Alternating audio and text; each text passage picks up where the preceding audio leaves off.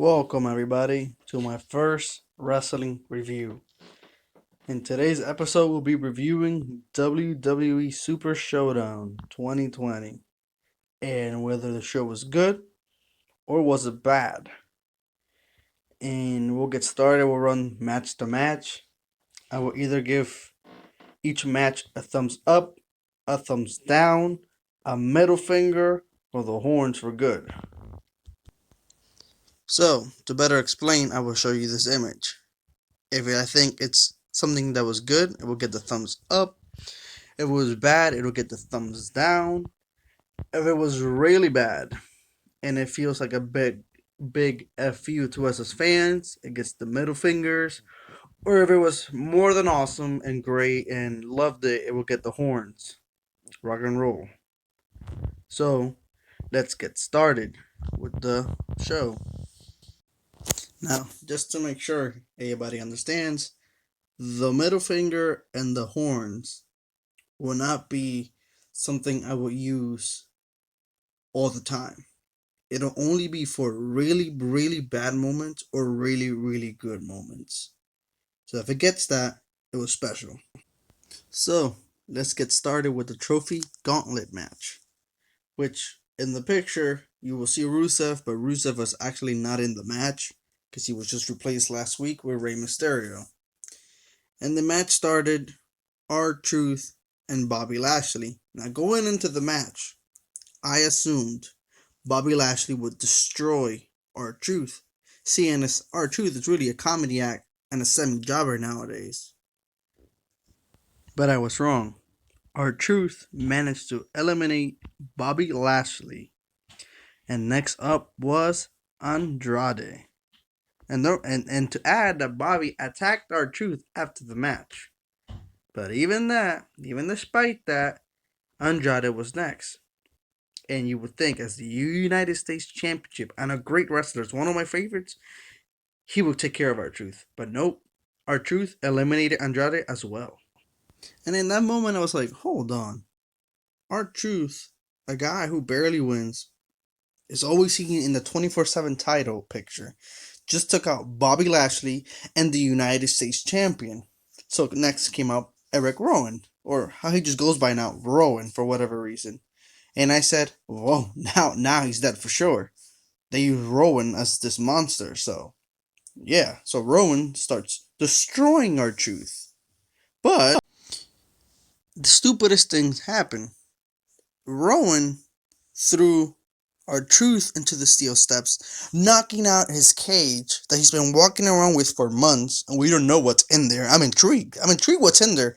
Because of this, he got angry, took the steel steps, attacked R-Truth, DQ'd himself out of the gauntlet match, which meant Truth yet again won. I was like, I can't believe what I'm seeing. I can't believe this. Next up was AJ Styles, and I said to myself, if AJ loses right now, I'm gonna stop watching this. Luckily, AJ came. He fought R-Truth. R-Truth was hurt because Rowan had also attacked him after the match with a claw slam. And AJ was just having fun with him, dancing around, and dispatched him very, very easily. And I was happy for one. And after this, Rey Mysterio was supposed to be up. He wasn't coming out. They were playing his music. He wasn't coming out though. And they show that the OC, who beat the Viking Raiders in the kickoff, by the way, attacked Rey Mysterio. So Rey Mysterio was unable to compete. So the referee was going to count to 10. If Rey didn't show up, AJ will automatically be the winner. But then they go back to stage again, and the OC are now down on the floor. And out came The Undertaker. He slowly walked down the ramp like he always does. The crowd was electric. Everybody was happy. He walked onto the ring. AJ's put his finger on him. And the bell rang. Undertaker was now part of the match through the power of magic. And he chokeslammed AJ. Pinned him 1, 2, 3. And The Undertaker, who was not in the match originally, won the gauntlet match. So he won the trophy. Now, I had no problem with this. Why? Because I think, even though sure he beat AJ Styles with one move, I think this will lead up to a match at WrestleMania, and Undertaker hopefully puts over AJ Styles, and AJ Styles is able to get that big victory at WrestleMania. So I'm thinking long run for the record. The match itself gets a down, a major down. In no way would I ever expect R-Truth to, no matter how he did it, no matter what happened, for him to go over Bobby Lashley, Andrade, and Eric Rowan. No, the match gets a down, down, down, down. It was not good. It was not. It really was not good. Now, the Undertaker segment, the Undertaker part of it will get a thumbs up. Why? Because even though sure he beat AJ Styles in one move, I'm looking forward to them wrestling in WrestleMania. So that's a good way to start the rivalry. It's a good way, especially as AJ being the heel. He's a great heel. So the Undertaker aspect of things will get a thumbs up from me. So now let's move on to the next match. Let's go. Next up was a tag match between the New Day and Miz and Morrison. This match was very good. Both teams are very good, and they had good chemistry in the ring. And it ended up with Miz and Morrison winning the titles, which was the right call. The crowd was cheering for that. At one point, when it seemed like New Day was gonna win, the crowd somewhat booed. I think anybody wanted Miz and Morrison to win, so I am happy with the result. I think anybody was happy with the result. So the match with them gets a thumbs up from me. Miz and Morrison are your new tag team champions. It was very good match. You guys should watch it if you get the chance. It was one of the positives of the show. Now, on to the next match, which was not so positive. Sorry about that, I was thinking one match ahead. This was the next match, which was Angel Garza versus Humberto Carrillo, which I thought was a very good match between the two of them. It was a rematch from Raw. They had a very good showing on Raw. It was yet another good showing here. They really have good chemistry. They really do. There is no taking that from them. I guess maybe because they're family. Maybe they practice a lot. It was a good match. Not much to say. Some few good spots in the match for sure. Good overall. So it is no surprise the match will get an up for me. Next up was Seth Rollins and Murphy versus the Street Profits for the Raw Tag Team titles.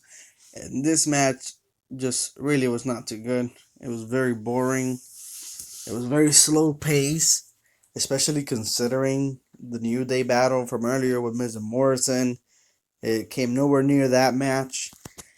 And I like the result. Seth and Murphy retaining was the right call. I just hope, they get new challengers next time. The match is going to get a down for me. It was nothing special. It was pretty boring. And the next match was also not very good. It was, I don't care for Mansoor. I, we don't ever see him. We only see him in the Saudi Arabia shows. We don't see him in NXT. We don't see him in 205. We don't see him in Raw or SmackDown. So why should we care about him if, WWE don't care about him to use him anywhere else? I get he's the hometown hero and he's there to give the crowd a pop, but it really does nothing for me. If you're not from there, you're not going to care about him. What's the point? And then Dolph Ziggler, again, he's great. He's talented, but in this match, nobody cares. Nobody cares for Mansoor, so nobody's going to care for the match, so nobody's going to care about Dolph. So the match gets a down. After the match, Mansoor won. He won, and he gave a promo just like he does in every Saudi Arabia show, because that's all he does. He wins, and then he cuts a promo. Every single time I see him in Saudi Arabia, I know for a fact we'll see him again in the next one. We won't see him before that. I don't care about him. You guys probably don't care about him. The only people who care about him are his people, Saudi Arabia. He's the hometown hero. There's nothing wrong with that, but, if he's talented, use him elsewhere, not just there. But it's cool. It's whatever. The match itself was also not good for me not caring. So the match will get it down for sure, because, again, if they really don't care to use the guy somewhere else, why should I care about the match? No matter what, if I don't care about the guy, I don't care about the match, no matter how good he is. Next up was Brock Lesnar versus Ricochet, and again, there was only two ways this match was ever gonna go. It was either gonna end in a few seconds, or it was gonna follow suit with the AJ, Finn, and Daniel Bryan battles where he just trashes them, tears them a new one, but then they manage a small comeback. It makes you believe they're gonna win, and then he just F5s and ends it. But it was really neither of those. It didn't end in seconds, but it didn't follow that. The match only lasted 1 minute and 29 seconds. It was a letdown. I knew Brock was going to win, but I didn't think it'd be this bad. Literally, it was, I think it was like three suplexes and an F5, and that was it. Ricochet never even touched Lesnar. He ran right to him. Lesnar knocked him down, and it was suplex, suplex, suplex, F5, 1, 2, 3. Match is over. Move on. Ricochet deserves better than that. He's a very good wrestler, and I knew he wasn't gonna win, but at least give him the treatment like the other guys. Have him throw a couple hits in there, make the fans believe out of nowhere. Oh, okay, is he really gonna pull this off? But no, they just buried the poor guy. He'll never get another world title opportunity. It's bad. It's bad because I really like him. He's a really good wrestler, really talented. But it is what it is. It's how they booked Lesnar. So obviously this match disappointed me big time, very big time. So third match in a row will get a down for me. Again, it really disappointed me to see Ricochet go down like that. I knew he wasn't gonna win. At least he didn't get Kofi when Kofi lost in 8 seconds. But I guess that's his only accomplishment. Ricochet's only accomplishment against Lesnar is that he lasted longer than Kofi. He lasted 1 minute and 29 seconds instead of 8 seconds. That is his biggest accomplishment in this match. And that's sad because he's really good. But let's move on to the next match. Next up was Roman Reigns versus Baron Corbin in a steel cage match. And for the love of God, I think we're all tired of this rivalry. This should have been over by now. They have no chemistry. They don't have very good chemistry. The match is boring. The steel cage did nothing to add to the match. The match still sucked to me. Roman Reigns took the key. Baron took the key from him. It was all stupid, dumb, a very boring match. I just hope this rivalry ends after today. Roman Reigns won. Woo wow. Big secret. He won by grabbing the chain and doing a Superman punch on him. So I guess that's all it took. He beat him without the finisher. Whatever. I guess they thought they were being creative. The match was really boring. And it was, God, let this be over. No more, please. I'm tired of seeing these two already. The match gets it down. That's all I want to say. I want to move on from this already. Next up was Bayley versus Naomi for the SmackDown Women's title. I'll say I'm happy for these women to be able to wrestle in Saudi Arabia because I think today's current lineup of women wrestling, it's the best it's been. People like to talk about back in the day, Attitude Era, ruthless aggression, and yeah, there is no denying those eras were great. But when it comes to women's wrestling, those eras don't touch this era in that regard. So I'm happy that they're able to have these matches. The match itself was fine. The match wasn't great, but it wasn't bad. It was alright. It was okay. It ticked the boxes. It was good, decent. And I think if they have a second match, it'll be better. And like I said, the match was a little sloppy here and there, but it overall, it did its job. Bayley retained. I was surprised Naomi kicked out of the belly to belly. I'll say that. But Bayley retained. She put her feet on her shirt. Naomi's, and then she slammed her head, and then she got the 1, 2, 3. So overall, like I said, the match wasn't the best. It wasn't bad. Ticked the boxes. It was enjoyable, and more than likely we'll see them wrestling again, probably at Elimination Chamber, and I'm fine with that. They'll probably have a better match there now that they have some chemistry here. I think this was the first time they maybe faced each other. So I just say I love Bayley. I think she's great as a heel. So I hope she keeps being champion for a while more. I've enjoyed her reign. And after so many downs, we get our next up for this match. Gets an up. Like I said, it was fine. It ticked the boxes. It was enjoyable. So let's move on to the next match. And our next match was the main event. And oh my God, did WWE give us the middle finger big time on this one. So the match went spear to Fiend, mandible claw to Goldberg, spear, spear, spear, mandible claw again, jackhammer, 1, 2, 3. Goldberg is your new Universal Champion. Why? I'll tell you why. Because they don't care. They don't care about what they're doing.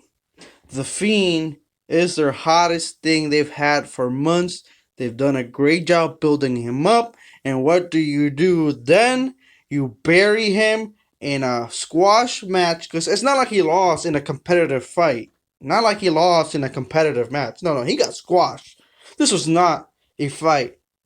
You want to know why I think this happened? I'll tell you why I think it happened. Look at the image right there. That's probably why it happened. This match, Vince McMahon loves his legends and his part timers. And this was not okay. This was not okay. It was a big FU to all of us as fans. I when I seen that, I could not believe what I was watching. I could not. I was out of words. I seen the match end. I was like, "What is that?" And then it was even worse because the match ended, and Goldberg celebrating in the turnbuckle. The Fiend gets up, is behind him, could easily attack him, destroy him. And you know what? The pain of him losing the title like that will hurt a little less. But no, what did he do? The lights went out and he left. Why did the Fiend leave like that? He lost and then he just runs away. That's how you butcher a character in less than 5 minutes. You just butchered the character. Why? Why do this? Do you feel like Goldberg's a bigger name for WrestleMania?